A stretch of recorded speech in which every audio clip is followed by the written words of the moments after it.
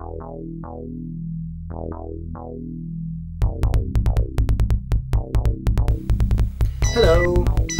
Today I want to load a cartridge image on the MK2.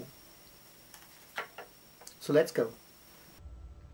And the first thing that I had to do to load such an image up was to create such an image. And for this I used again the C64 Studio. So this is the image that I wrote. So there is a macro definition, but here the important thing is that this image starts at 8000 in hex, and then what the Commodore 64 does is he starts up. If he then realizes, aha, there is a cartridge on the expansion port, he directly jumps to the address 8000 and 8001 and interprets those as an address where he jumps to. So we have here 8000 and here the value for 8001, and so after that he jumps to here. The next two memory areas are also important. So the memory area 8002 and 8003. This is where the Commodore jumps to when he starts up from a warm start and also realizes that there is a cartridge. So in my case, he always jumps to here, and then here you can start with whatever you want, and this will then be part of the cartridge. So what I did was just to continue a little bit with the default initialization, because the Commodore will not run through the default initialization. So this check and then jumping to this area is one of the very first things the Commodore does. So if your assembler program here will not have the same frame conditions, or let's say starting conditions, as if you would write a regular assembler program, because if you have a regular assembler program, you will load it after the initialization of the OS or kernel or whatever went through. So I'm calling here this initialization routines directly. And then what I have done is just I took a basic program, so it's my 10-liner from the last year's competition. I added it here as just the compiled program as a binary, and what I then do is simply here copying it to the memory area where a basic program starts.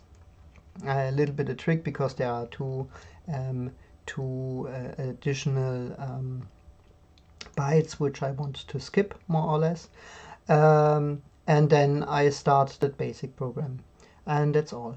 So and then now one very important thing is how you compile this thing. In order to show this, let's jump here to full screen, and then you need to go to the properties of that file. So this is now the properties of this assembler file, and here it's important to say that you then want to compile to a cartridge, which does not change that much, but if you would not compile it, you would have, in this way, if you would compile it as a PRG also, you would get 2 leading bytes, which would make then a problem, because everything else would then be shifted by 2 bytes and on the wrong position. So, and then after compiling this, let's load it up to the MK2.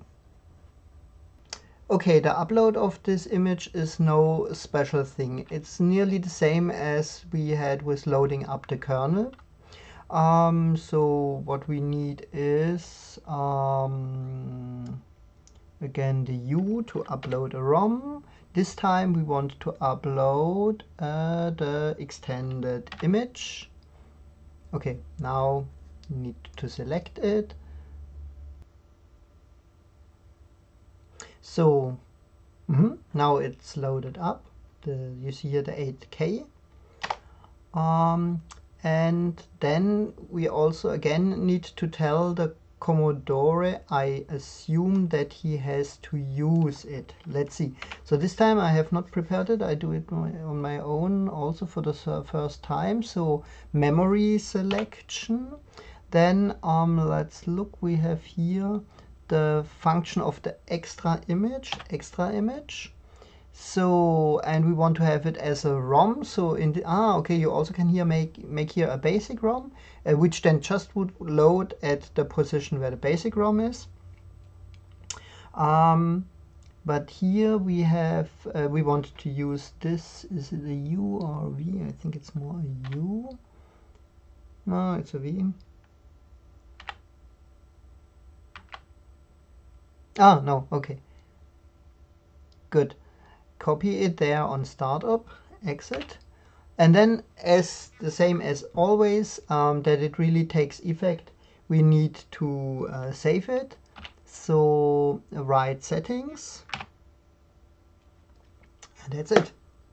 And now I switch over to the other camera, and let's see what's happened if we switch on the MK2.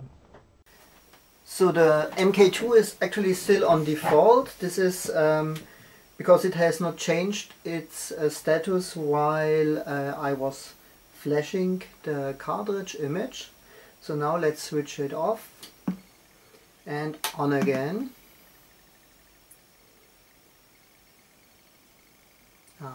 And now you see here, so this is not an accident. This is exactly now executing my my 10-liner. So this is for the guys who don't know it. So there is a competition every year where you have to write a game in 10 lines of BASIC, and so this was now on the cartridge image, and the image itself copied it to the right location where BASIC usually is, and and then executed it. So this works fine. So maybe I can connect here a joystick, then maybe we can even play it. Yeah, but in general that's it.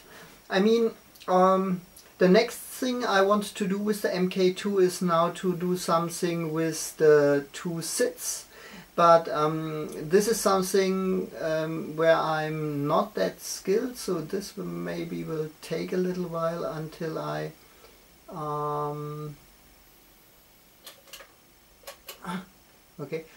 until I'm ready to show you something, and even for myself to know how this works in detail.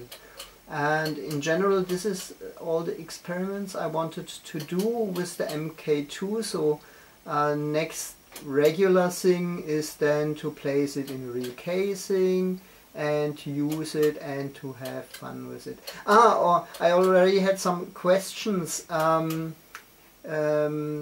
if I also will make something concerning the load up of the new firmware.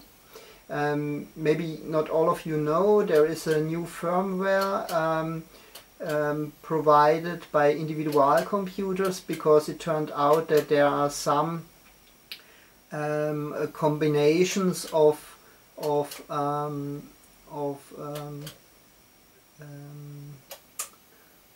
sets of processors and of ICs are not working.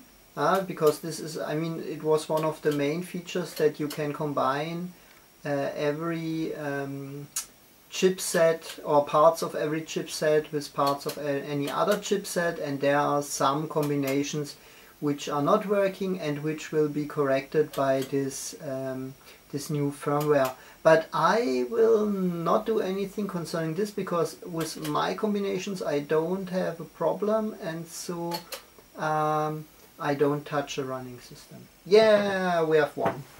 So this is all I wanted to show concerning loading up a character ROM on the MK2. See you next time. Bye.